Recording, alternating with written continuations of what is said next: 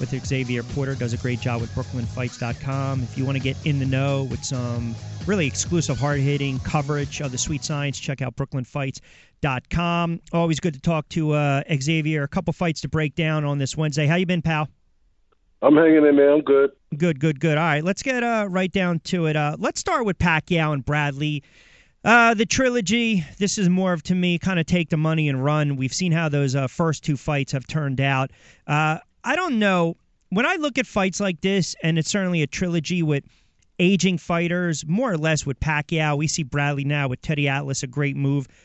I don't know if Bradley wins the fight, then the argument or the criticism will be Pacquiao's past his prime, coming off the Mayweather loss, the injury to his shoulder, his labrum, recovery. And then if Pacquiao wins, someone's going to turn around and say, well, you know what? What's going on with Bradley? It was a bad move with Atlas. Maybe Bradley's not as great as we thought he was. To me, this is kind of a no-win fight. I'm sure people are going to get it. I'm sure people are going to watch it, but I'm just not enamored by this third fight. But handicap the fight for me and just give me your thoughts on it as a whole. I actually think it's a great matchup. You know, you got to have the trilogy because they both won. They both defeated each other. You know, there's this talk in the air of Manny possibly being on steroids in the past, and which attributed to him dominating everyone. So I think right now this is really about, you know, Manny's legacy, because even if he's to lose or win rather, Tim Bradley's going to continue to fight, you know. So I think right now this is all about Manny, and if Manny shows up prepared, shows up like the Manny that we know, he'll possibly be able to beat Tim Bradley and box circles around him. You know, Tim Bradley's a tough, rugged fighter. I think Teddy Atlas has done a tremendous job with him. He's added on to the assets, to the skills that he's already had. But, you know, I just see Manny moving a different – I think Manny's going to come in the fight and do things differently and possibly knock Tim Bradley out. Well, I know it's a big statement. I don't think a lot of people have been saying that, but I that's what I see. I don't think it's an outlandish statement. And let's look. The only reason we're at this point, because go back to the first meeting, which was absolutely a flat-out disgrace. I mean, it was a terrible, terrible flat-out decision in favor of Bradley.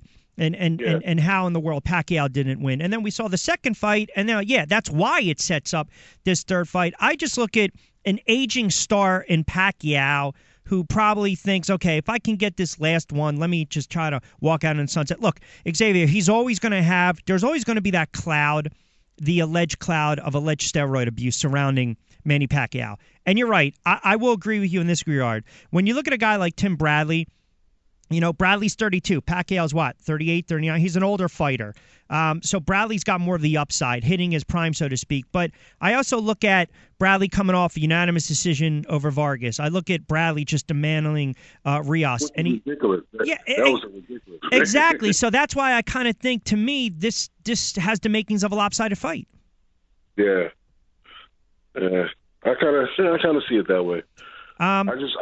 Go ahead, I'm listening. No, I was just going to say, and again, I know we're so high on trilogies, but this, to me, it reeks of, okay, let's get a payday and let's take the money and run. And I will say this. I think Atlas is great for Bradley. I think Atlas is absolutely a perfect guy for Timothy Bradley going forward. Mm-hmm. Yeah, so he's a perfect fit. Yeah, absolutely. Let's move on again. Don't forget, check out BrooklynFights.com online. These guys do a great job. It's hard-hitting. It's opinionated. It's in-depth features, video, previews, recaps. Again, BrooklynFights.com. Xavier joining us every Wednesday when we talk little sweet science. All right, here's a fight that I'm very interested in. Lee Selby, Eric Hunter. Hunter's a Philadelphia kid. This is for the IBF, for Selby's IBF title. And we talk about styles making fights. These guys are both trash talk back and forth, and it doesn't matter who fired the first shot. Hunter really didn't say much during their presser today. Thought he was slighted because he wasn't invited to the open workout. You know, you say to Eric Hunter, you're a Philly fighter. He'll quickly dispute that. But here's a guy that we talk about, clouds that have dogged a fighter's career. Every time you talk about Eric Hunter and you talk about him in Philadelphia, it's always great fighter, good talent, but can he keep it together? Does he have it between the ears, mentally, the maturity? I've been critical of the kid over the years, but I've also seen him step up and win some big fights. I called his fight against Yenifel Vicente, where he did not get sucked in, he did not get rattled, he didn't let the kid get under his skin, and he boxed a great fight. When you look at this fight against Selby, we know Hunter is an aggressive fighter. If he goes in with that game plan, is that detrimental to the outcome of the fight for him, or do you think he's going to go there and be the aggressor and try to attack and set the tone early?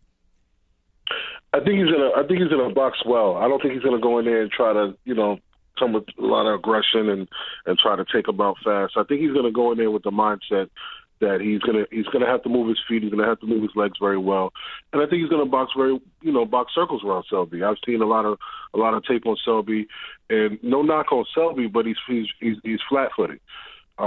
He presents as a difficult style to fight against, but he's very hittable. And I think if Eric Hunter just stays on his toes and just moves well, he will walk away with the decision. Eric Hunter, he has all the talent in the world. Everybody's seen him fight. You've seen a lot of his fights, and that southpaw style that he brings to the ring is gonna do well for him come fight night. His hand speed is tremendous, and watching a little of his his workout videos, he's looking very good, and his training is looking very well. So I believe Eric Hunter will be victorious come Saturday and walk away with that IBF belt and bring it back to Philly. You mentioned too, with Lee Selby being flat-footed, he doesn't move his head a lot as well. So right there, it tells you a stationary target. Hunter does, I think, have some deceptive power. Again, he's fought in London before. Here's the problem. I remember Bernard Hopkins said this years ago. Anytime you go in someone's backyard, you're giving up a round. And I just want to make sure, I just want to see where if those first couple rounds don't go Hunter's way, how he handles himself. He's playing the disrespected card. That's been his MO. That's what he's done. And I think it bodes him well because he's going to carry a chip on his shoulder. Now, I go back, and if you look, forget about some of the DQs early in his career. I look at the Vicente fight. I look up at the fight against Ramirez where he absolutely flat out dismantled him, and then he scores the KO win over Antonio Escalante. To me, I just think it was a situation where he just needed to find the right people in his corner, and he also has to realize he's 29. I think this is it for him. Now, again, that's a young man, 29, but in the boxing circle, in the life of boxing, I think this is it. And I tend to agree with you. I think if he can stay within himself the first couple rounds, he's a more talented fighter than Selby. I don't want to see this be close and go to the scorecards because I can tell you right now the kid's going to get screwed if that's the case. Okay. Well, I'm telling you right now. We've seen it before, Yeah, that is true. There are plenty of a lot of fights before. Yes, that's absolutely true. I'll say it for you. All right, one more fight too, and of course that's going to be on the undercard of the Martin Anthony Joshua fight. I mean, again, you're talking about two heavy punchers. That's going to be on Showtime. That's a 12 round affair. How do you handicap this one? Is this a fight that you're excited about? Absolutely. For one reason only, Charles. I'm gonna go a different way with it. For one reason only, Charles Martin. I want to see who Charles Martin is. Mm-hmm. We've heard a lot about Charles Martin. We've seen a lot of his fights previously, but the last fight with Glasgow, if I'm pronouncing his name correctly, I didn't get enough to say, okay, well, he's actually a champion. He's actually a heavyweight champion. He's a good heavyweight boxer, but is he a real heavyweight champion? So now you're fighting a good fighter in Anthony Joshua, who's just been destroying everyone they put in front of him. And they match up pretty well in size. I just think that Charles Martin and his amateur background, I think he will take care of business. But I just got to see it for myself. And remember, too, he's a heavyweight southpaw, too, and he's got punching power, as you allude to. And you're right, you can't gauge the Glasgow fight because that fight was stopped early. Glasgow got hurt. He was floored a couple times, so you can't really gauge that fight. You go against Anthony Joshua, and you're right.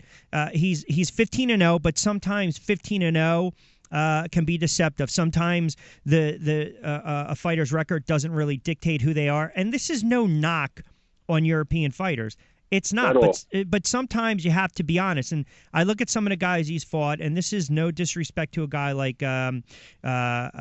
Cornish or White or Kevin Johnson as well, guys that he made quick work of. You know, the thing about Charles Martin, he can throw a punch, but he can take a punch. And quite frankly, I look at this one, I think he stops him. Yeah.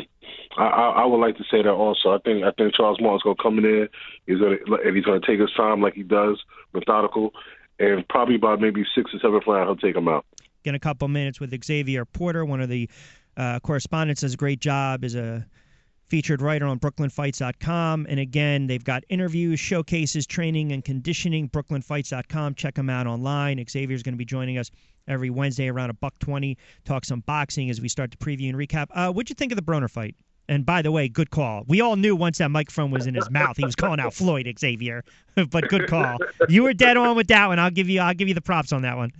Thank you. I appreciate that. Yeah,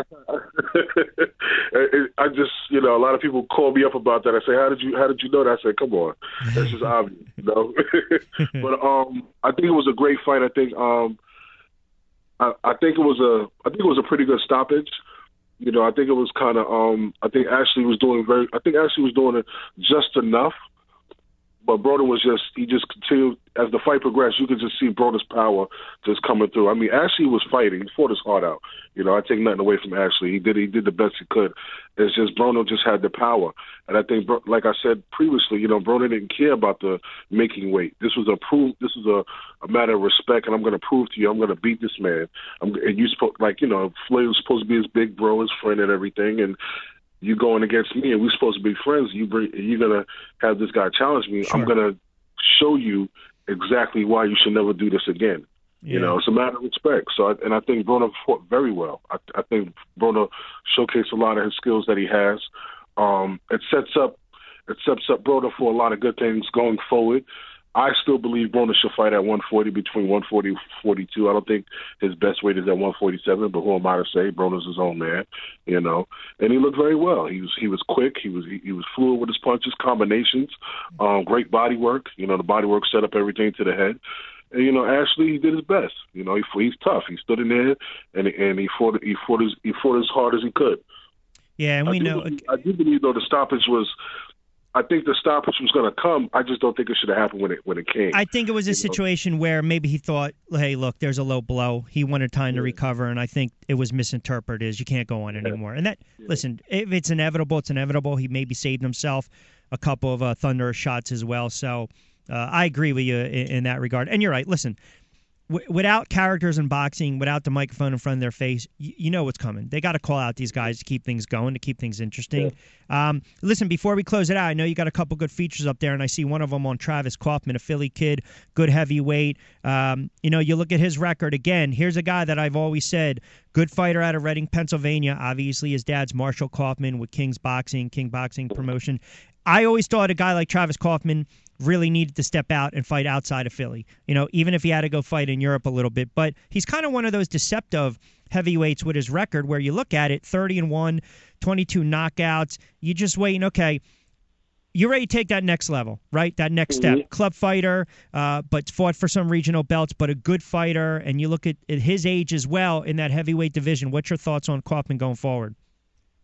I think if him and his team, well, Al Heyman and them, if they can get him some good fights, he can possibly become heavyweight champion. If Martin does what Martin is supposed to do against Joshua, that could be a great fight for Kaufman. Yeah. Maybe he's a fight or two away from a belt. And I think him and Martin already have a little thing going back and forth on social media, on Instagram, and things of that nature, and Twitter. So that could be a good fight for him down the line, and possibly bring home a belt for him and his team. But I definitely, Travis Kaufman, he has great skill, great amateur background, had some mishaps coming up in his career, injuries as well. Yep. I think once he gets himself back together, I think he's coming off a little injury now also. But once he gets himself back together, and like I said, you give him a fight or two, get the groove back in, get the rhythm going, set him up for Martin, and that could be a great fight. Definitely an intriguing fight as well. All right, my friend. Appreciated. Great insight. As always, everyone, don't forget there's some great hard-hitting features and content, BrooklynFights.com. You can follow Xavier on Twitter as well. Those guys do a great job. I know you'll be out and about over the weekend. We'll recap a lot of the action next week, same time as always. Appreciate the insight, pal. Great stuff. All right. Let me just say one thing. I want to say hey to my guys, Nat, my guy Adam out in Oklahoma. Appreciate the team. We got some our e-stores up and coming. We have the hand wraps. We got the hats coming. We got a fresh new batch of hats coming. We're also working on some boxing gloves. So it's a lot of things that's taking place with us. And just keep a lookout for us. BrooklynFights.com. We'll be covering Uprising this Saturday. Nice, Ronson Frank. Yeah, Ronson Frank and them, and John Archibald. We'll be covering their fights this coming Saturday in Queens at 5-Star Banquet Hall. And then next week we're going to be covering Spence in Algeria. We'll definitely talk about that next week. Good. And I'll have Chris Algeria on later in the week. And John Archibald does a great job with Resolution in Sports. So it's all about the branding, my friend. All right, I got to let you get out of here. I'm a little up against it. I appreciate it. Enjoy the weekend worth of fights, and we'll talk next week. Thanks, Rich. All right, you got it, Xavier. Hey, don't forget, by the way, and Xavier mentioned Nat Wilkins does a great job.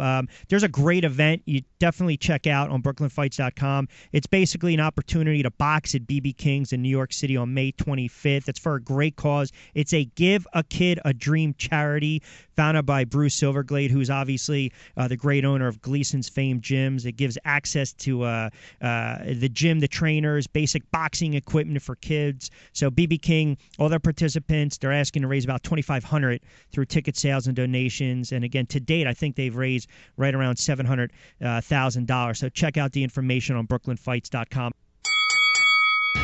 BrooklynFights.com is your hottest stop for in-depth boxing coverage, features, and strong opinions on the world of boxing. Covering the fight life from Brooklyn to the world stage, BrooklynFights.com delivers the inside story on today's biggest names and emerging prospects, keeping it real, never biased, and brought to you from the world capital of fighting, Brooklyn, New York. BrooklynFights.com, your newest outlet for boxing. Visit BrooklynFights.com today. BrooklynFights.com. BrooklynFights.com.